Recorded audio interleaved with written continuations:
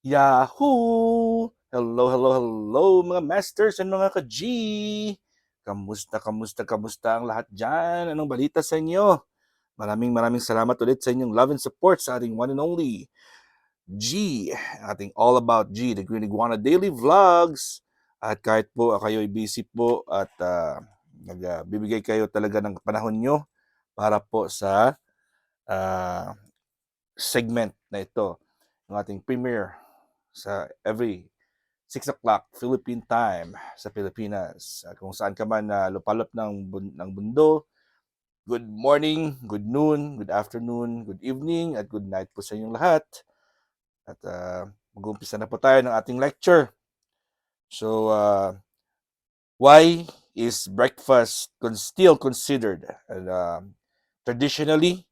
Ginagamit natin word traditionally kasi lahat po ng mga bagay ay nag-umpisa sa tradisyon. At kung minsan, ang tradisyon po ay mas, kumbaga, mas maraming experiences compared sa mga experimental. At for years and years po, may mga benefits pa rin dahil po ito ay tested and proven na. So why is breakfast the most important meal of the day? As you can see po, kumakain po ng breakfast ang ating bidang-bidang si G. At ang breakfast po niya ay syempre walang iba kundi ang kanyang mga gulay at apple. Yan. So, ito po ang breakfast. May reason po kung bakit tinatawag na breakfast yan. Alam ko sa iba, ay alam na nila. Ang iba naman ay siguro magugulat na lang dahil po sa word na breakfast ay nanggaling po yan sa dalawang words. Two coined words po yan ng breakfast. Syempre, break, which means stop or give a halt or tapusin na. And fasting, breakfast. Ano ba ang fast ang sinatawag nila? So, may mga different terms naman po ang fasting. So, syempre, yung fasting naman is trying to not to eat for a quiet period of time. So, ang ibig sabihin, it's either your choice or because of your religion. Fasting. So, meron namang iba dyan na nagfa-fast dahil ayaw nilang tumaba. Meron namang iba dyan nagfa-fast dahil po ay may kukunin na mga blood components or mga laboratories sa kanila. Meron naman dyan na traditionally, because of the religion, there's a specific month or date or days that they're not supposed to eat for around this time. So, di ba? Marami naman yung mga purpose ng fasting. Pero let's go deeper or let's go sa basic na fasting lang. Yung pinaka-basic lang po tayo.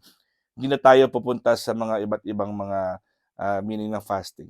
So, as you can see, ang pinaka-last time natin kumain is about either ang healthy way to eat your dinner is about 5 o'clock in the afternoon, 6 o'clock, 7 o'clock, okay yan.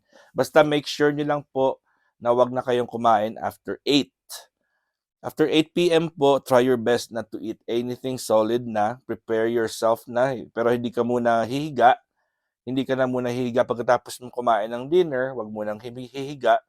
Ang pinaka-suggestion ko po dyan ay siyempre maglakad-lakad muna, maghugas ng pinggan or kung ano yung kailangan mong gawin pero nakatayo or siyempre nakatayo or nakalakad, wag mo nang umupo, wag mo nang humiga. Bakit? Kasi habang po tayo ay nagda-digest ang ating digestive system po ay nagtatrabaho, ang gravity po ay tumutulong din yan sa pababilis na paggalaw ng pagkain through the process of peristalsis po sa ating mga intestines. Siyempre, pag nakahiga ka po, leveled up na, parang walang gravity, mas mahirap dumaan or bumaba ang pagkain sa ating large intestines kasi flat po tayo, nakahiga po tayo. Lalo na pag naka-side lying po tayo. Kung naka-side lying po naman tayo, ang problema naman dyan, ay syempre, naka-one side lang. So, medyo naiipit na yung pagkain. Or, pag nakahiga po tayo sa tiyan natin, or nakahiga, ang mangyayari naman dyan is, mabigat, mahirap talaga.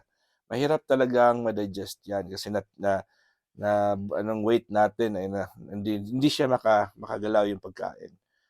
Anyways, the best time po is you have to give at least minimum, at least, pag sinabi natin at least, yung pinakamababa. Pero yung pinaka-basic is 2 hours before tayong mahiga. After natin kumain, kasi 8 o'clock na, yung pinaka-last na kumain na advisable is 8 o'clock. Mas maganda pag earlier, 5 or 6 or 7 o'clock, tapos na. At ang pinaka-suggested time to lay down or to sleep is at 10 o'clock in the evening. Okay, as much as possible, dapat nakahiga na po tayo by 10 kasi magpe-prepare na po yung katawan natin sa sleep.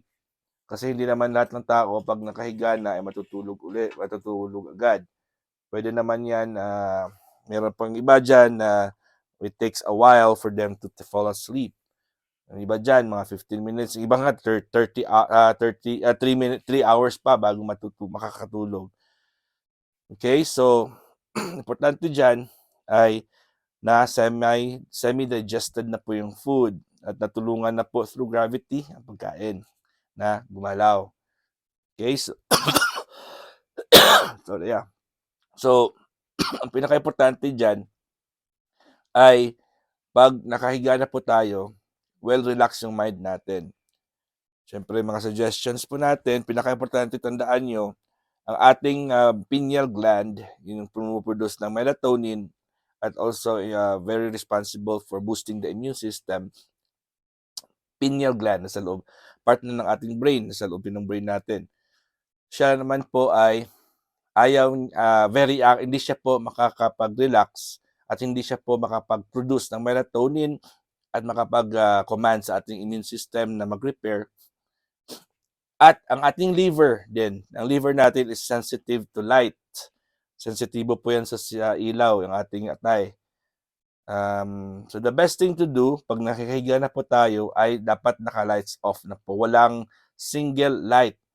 Walang single source of light po na visible. Kahit na nakapikit pa yung mata natin, kasi ang ating liver ay sensitive sa light. Ang ating pineal gland ay sensitive sa light. So, hindi po sila makapag-repair, hindi po sila makapagawa ng kanilang task pag ang ating katawan may konting ilaw. So, hindi po natin advisable ang mga night shades or night lamps. So, patayin talaga yan. Dark room talaga ang pinaka-importante. That is why, pag natutulog po tayo, our body is built to repair and to relax at night. Sa gabi talaga yan, hindi sa umaga. Kasi pag umaga, syempre maaraw pa, kahit natutulog ka po, hindi nagre-repair yan yung ating mga organs involved or mga organs that's supposed to repair. Tandaan nyo lang mga masters ha, ng ating katawan po, pag natutulog tayo, dapat po tayo ay nakapatay yung ilaw, naka-lights off talaga.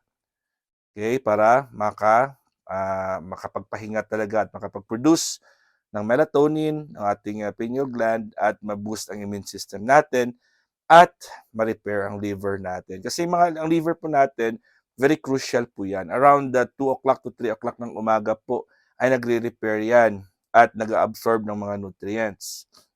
Kaya 'di ba, yung ating sa lecture natin previously, yung ating ang dinner is important. So, kailangan kumain ng dinner kasi pag walang dinner, saan ba kukuha ang ating mga organs ng materials na i-absorb nila for replenishment or for repair? Wala ka, hindi ka kumain eh. So what happens at around, it's either once you reach or you hit what we call the rapid eye movement or the deep sleep level. Super relax na po yung katawan natin. Pag super relax yung katawan natin, yung brain natin ay wala nang ibang gagawin na physical or mental. Hindi ka nag-iisip, hindi ka na gumagalaw. So what happens is your organs will also be commanded by your brain na kung ano yung pwede nyong i-absorb, kung ano yung pwede nyong i-expel or i-detoxify, palabasin nyo na.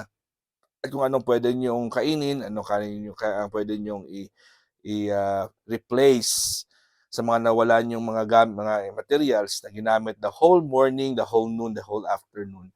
Kasi ng morning, ng noon at ng afternoon at ng gabi, nang gising ka pa, gumagalaw ka.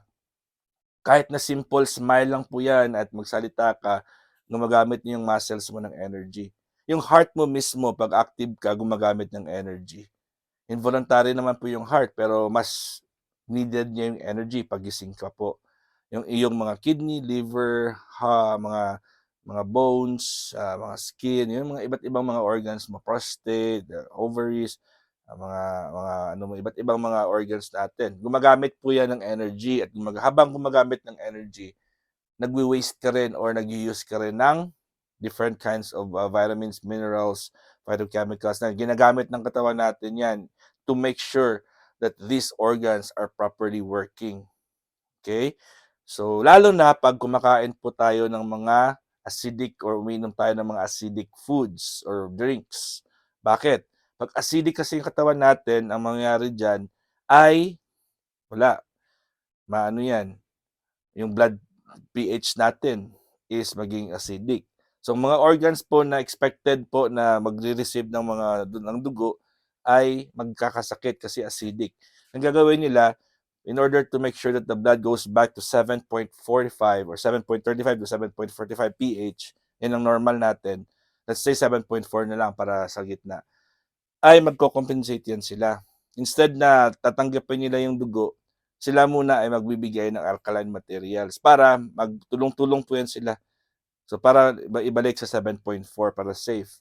So every time na acidic yung katawan mo, nawawalan ka po ng minerals. Minerals and vitamins and minerals most of the time are alkaline by nature.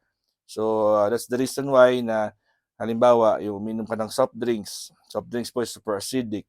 Yung iyong mga organs, especially yung inyong bones, ang calcium is also alkaline by nature. So nawawalan ng calcium po yung inyong bones. So eventually po, pag may habit ka pong umiinom ng soft drinks araw-araw or bihira ka, every time na kumakain ka, may soft drinks ka, nawawalan ka po ng mga calcium. Hindi na po calcium yung heart natin, yung potassium, magnesium, sodium. Yung sa ibang part ng ating katawan po ay may iba't ibang mga alkaline materials din yan. So nagbibigay po yan sila just to make sure na babalik po sa 7.4 as much as possible. Ang tanong po dyan, ano pa yung tinitake nyo para ibalik yung mga mineral sa katawan nyo? Eh wala, di ba? Kasi yun pa rin, everyday, ganun pa rin ginagawa mo, hindi ka naman uminom ng supplements, hindi ka naman umiinom ng kumakain ng healthy foods, plus sige pa rin yung inom mo ng mga acidic na mga inumin o kumakain ng mga junk foods or sweet foods, fatty foods, yun ang mga best source of acids. Right? So, bilisan na lang natin. So what happens is, pag kumain ka ng dinner at around 12 to 4 o'clock in the morning, magkakaroon po tayo ng cellular repair. So yung mga organs natin na magre-repair, mag-absorb ng mga pagkain na dapat nilang i-absorb, ng mga nutrients. So syempre, pagkagising mo sa umaga, gutom na gutom ka na. Kasi yung lahat ng kinain mo, most of the food that you ate are already used. And of course, expected po yan by 6 o'clock as much as possible. 6 o'clock ay mag-poops na po tayo. 6 o'clock is the healthiest time to poop. And we should only poop once a day. Yun ang tandaan natin. Pag nagpo-poops ka 3 to 4 times a day, it means na every time na kumakain ka, lumalabas yung pagkain. Hindi po siya na-absorb sa ating katawan. It takes only at least 24 to 36 hours for the food to come out. Hindi siya pagkatapos mo kumain, poops ka agad. Hindi yan pwede. It means kapag pag gumaganon ka, nagpupupo ka at least an hour after kumain, it means na yung pagkain ay lumalabas na. Hindi na pupunta sa katawan mo. So why is the breakfast most important meal of the day?